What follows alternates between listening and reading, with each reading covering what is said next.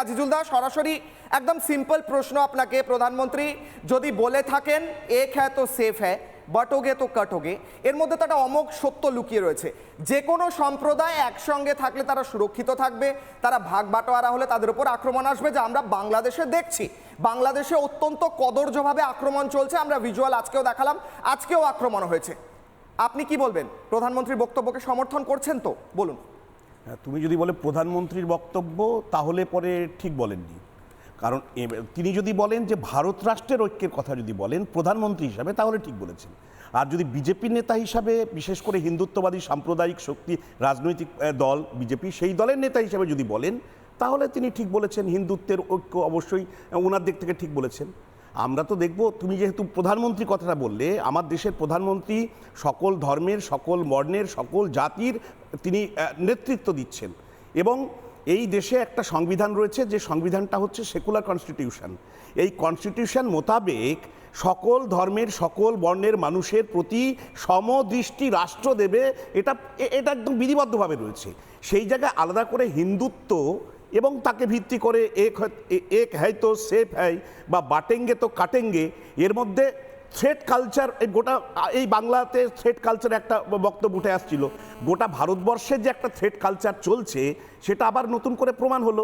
আর বিষয়টা হচ্ছে কেন আজিজুল দা থ্রেট কালচার কেন? এক হ্যায় তো সেফ হ্যায়, একসঙ্গে থাকলে সুরক্ষিত থাকবে, ওই কথাই বললাম তো আমি, যে কিশোর আমি যেটা বলছি, প্রধানমন্ত্রী যদি বলেন মুসলিমরা, হিন্দুরা, খ্রিস্টানরা, যে কোনো সম্প্রদায়ের মানুষ, তারা যদি একসঙ্গে ঐক্যবদ্ধভাবে থাকে তারা সুরক্ষিত থাকবে, এর মধ্যে থ্রেট কালচার কোথায় আজিজুল দা? আমি বলি, তুমি এই যে কথাটা বলছিলাম, ভারতবর্ষের প্রধানমন্ত্রী ভারতবাসীর ঐক্যের কথা বলবেন, হিন্দুদের ঐক্যের কথা বলবেন, এটা কাঙ্ক্ষিত নয়, 1 নম্বর। 2 নম্বর, যে একর কথা বলছেন, বিগত 19 মাস ধরে ভারতবর্ষের একটা অঙ্গরাজ্য মণিপুরে যে একটা ভয়ানক রক্তাক্ত হিংসাত্মক ঘটনা চলছে, ঘৃণা, বিদ্বেষ নির্ভর বিভাজনের রাজনীতি একটা রাজ্যকে শেষ করে দিচ্ছে, ডাবল ইঞ্জিনের সরকার সেখানে চলছে, দেখতে পাচ্ছি না আমরা? সেই হিংসা থামাতে পারছেন না ডবল ইঞ্জিনের রাজ্য, এটা তো তোমরা দেখতে পাচ্ছ না? হিন্দুত্বের ঐক্য বলো, কোনো অসুবিধা নেই, কিন্তু মণিপুরে অবশ্যই অশান্ত পরিস্থিতি আমরা বারবার রিপোর্ট করেছি, এবং মণিপুরে সবচেয়ে বেশি আক্রমণ তোমরা রিপোর্ট করলে কি করলে না সেটা ম্যাটার করে না, সবচেয়ে বেশি রাষ্ট্র কি পদক্ষেপ গ্রহণ করেছে? নরেন্দ্র মোদী বৈষ্ণব হিন্দুদের উপর হয়েছে আজিজুল দা, ওখানেও হিন্দুদের উপর হয়েছে। সেখানে যদি গভর্নমেন্ট ফেলিওর করে থাকে, অবশ্যই ফেলিওর আমরা প্রশ্ন করব, রিপাবলিকে করব, কিন্তু প্রধানমন্ত্রী যদি ঐক্যের কথা বলেন, সেখানে সাম্প্রদায়িক এলিমেন্ট কিভাবে আসতে পারে সেই লজিক আপনি দিতে পারছেন না। আমি দিয়েছি, আমি শোনো, সেখানেও তো সাম্প্রদায়িকতার বিষবাষ্প, আমি কথাটা বলেছি, ঘৃণা ও বিদ্বেষ নির্ভর বিভাজনের রাজনীতি, এই যে কুকি এবং মেইতেদের মধ্যে যে একটা সংঘাত চলছে, সেই সংঘাত এর পিছনেও রয়েছে এই যে হিন্দুত্ববাদী শক্তি। না, এই সংঘাতের পেছনে রয়েছে এবং আমি সরাসরি বলছি আজিজুল দা, সবাই জানে, বেসিক তথ্য সবাই জানে, বর্ডার এরিয়াজে কারা অশান্তি ছড়ানোর চেষ্টা করে, কোথা থেকে ইন্টেলিজেন্সের মাধ্যমে, কোথা থেকে সেখানে দেওয়া হয়, উৎসাহ দেওয়া হয়, অশান্তির অস্ত্র সাপ্লাই হয়, টাকা আসে, আপনিও জানেন আজিজুল দা, আমিও জানি। বর্ডার স্টেটে অশান্ত হলে কাদের লাভ হবে? চীনের লাভ হবে না পাকিস্তানের লাভ হবে? প্রত্যেকে জানে।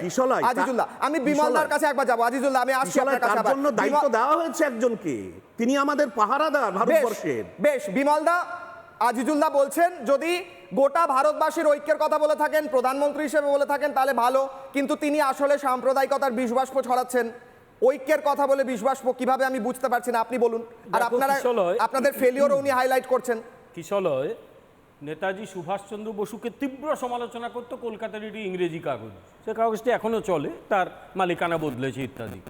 তো সুভাষচন্দ্র বসু একবার বলেছিলেন, ওই কাগজ যদি আমাকে সমালোচনা করে, আমি মনে করি আমি ঠিক পথে আছি। তো বিশ্বের জেহাদি শক্তি যদি বিজেপিকে সাম্প্রদায়িক বলে, আমাকে সাম্প্রদায়িক বলে, আমি মনে করি আমি ঠিক পথে আছি। হিন্দুদের কথা বলার জন্য আমাকে কেউ যদি সাম্প্রদায়িক বলে, আমি বলে আমি ঠিক করেছি, এইরকম সাম্প্রদায়িক আমি হব, আগামী দিনে হব, আমি সোচ্চারে বলছি। এক। দ্বিতীয় কথা হচ্ছে, মাননীয় প্রধানমন্ত্রী ঠিকই বলেছেন, এ দেশে কোনো সাম্প্রদায়িক আইন থাকবে না, অনেক দিন হয়েছে, এনাফ ইজ এনাফ, অনেক সহ্য করেছি। আর কোনো সাম্প্রদায়িক আইন থাকবে না। দেশের জন্য আইন হবে এক দেশ এক আইন হবে।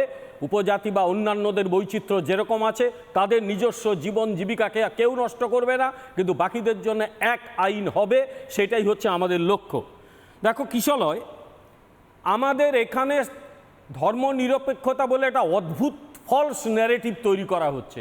আমি ধর্মনিরপেক্ষতাকে ফলস বলিনি, আমি বলছি ধর্মনিরপেক্ষতাকে কেন্দ্র করে ফলস ন্যারেটিভ তৈরি করেছে। কারা করেছে? তারা হচ্ছে বাম এবং তথাকথিত liberal force, left liberal force, এবং তাদের সঙ্গে যুক্ত হয়েছে জেহাদি শক্তি। লক্ষ্যটা কি? যত পারো হিন্দুদের গালি দাও। হিন্দুদের ভারতবর্ষ ডেফিনেটলি সব ধর্ম সব বর্ণের মানুষ থাকে, কিন্তু এটা ভুলে গেলে চলবে না যে ভারতবর্ষে 80% হিন্দু।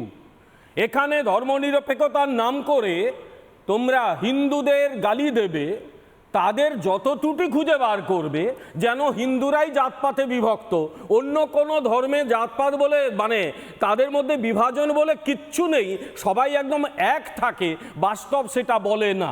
ফলে যারা হিন্দুদের জাতপাত নিয়ে কথা বলে, হিন্দু ধর্মের নিন্দে করে, তারা এইটা বেমালুম ভুলে যায়। এটাকেই আমি বলছি ফলস ন্যারেটিভ।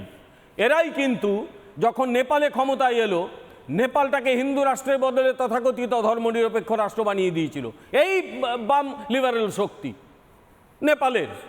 অথচ সেই নেপালে আজকে দাবি উঠছে হিন্দু রাষ্ট্র ফিরিয়ে দাও। সেই দাবি কত দূর যাবে আমি জানি না, কিন্তু উঠছে। এই লেফট লিবারেল শক্তি, তথাকথিত ধর্মনিরপেক্ষ শক্তি, যখন বাংলাদেশ থেকে হিন্দু বৌদ্ধ খ্রিস্টানরা মার খেয়ে চলে আসে, বিমলদা শেষ করে লাইনটা বলি, একটা আন্দোলন করে না, অথচ যখন সিএএ হয়ে সেই হতভাগ্য মানুষগুলোকে এই দেশের নাগরিকত্ব দেওয়া হয়, এই দেশের মানে সুস্থ জীবনের দেওয়া চেষ্টা করা হয়, তারা তখন বাসে আগুন দেয়, ট্রামে আগুন দেয়। লক্ষ্য একটাই, এর হিন্দুদের যাতে ভাগ করে রাখা যায়। কিন্তু অনেক হয়েছে, বাংলাদেশের হিন্দুরা বুঝে গেছে এবার এক হতে হবে।